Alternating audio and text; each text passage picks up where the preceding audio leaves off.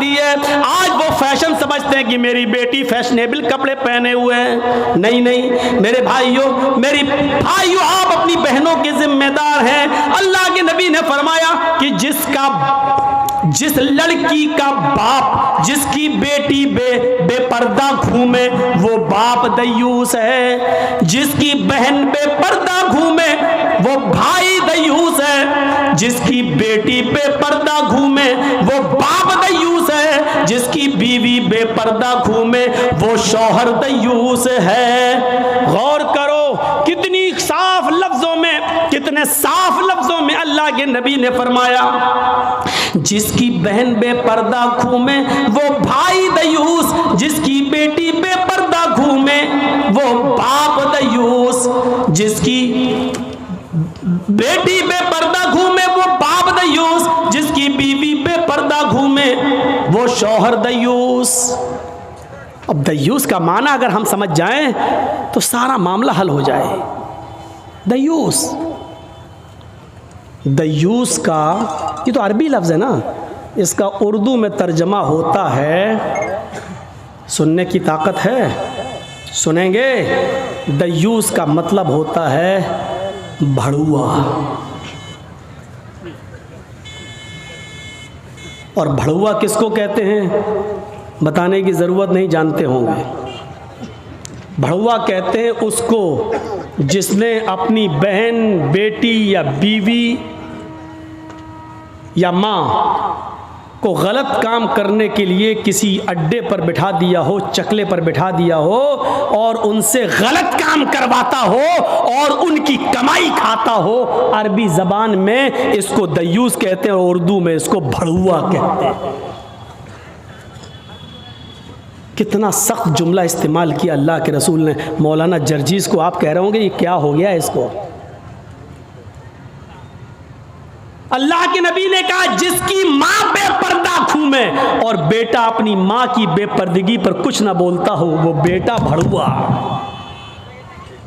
جس کی بیوی بے پردہ گھومے اور شوہر اپنی بیوی کی بے پردگی پر کچھ نہ بولے وہ شوہر بھڑوا، جس کی بہن بے پردہ گھومے اور وہ بھائی اپنی بہن کی بے پردگی پر خاموش رہے وہ بھائی بھڑوا، اور جس کی بیٹی بے پردہ گھومے اور باپ اپنی بیٹی کی بے پردگی پر خاموش رہے وہ باپ بھڑوا۔ دیوس کہہ دو مولانا چلے گا، بھڑوا مت کہو، اچھا نہیں لگ رہا ہے۔ ہم کب کہہ رہے ہیں کہ اچھا لگ رہا ہے؟ ہم کو اچھا لگانا کب ہے؟ جب اچھا ہی لگنے لگے تو فائدہ کیا ہے؟ انجیکشن ایسے لگاؤ درد نہ ہو۔ باسا ایسا ہو سکتا ہے کہ انجیکشن لگے اور درد نہ ہو؟ انجیکشن بھی لگوانا چاہتے ہو اور درد بھی نہیں چاہتے ہو، تب تو ہومیوپیتھک دوا لے لو، میٹھی گولیاں کھا لو جو مرنے کے بعد فائدہ کرتی ہے۔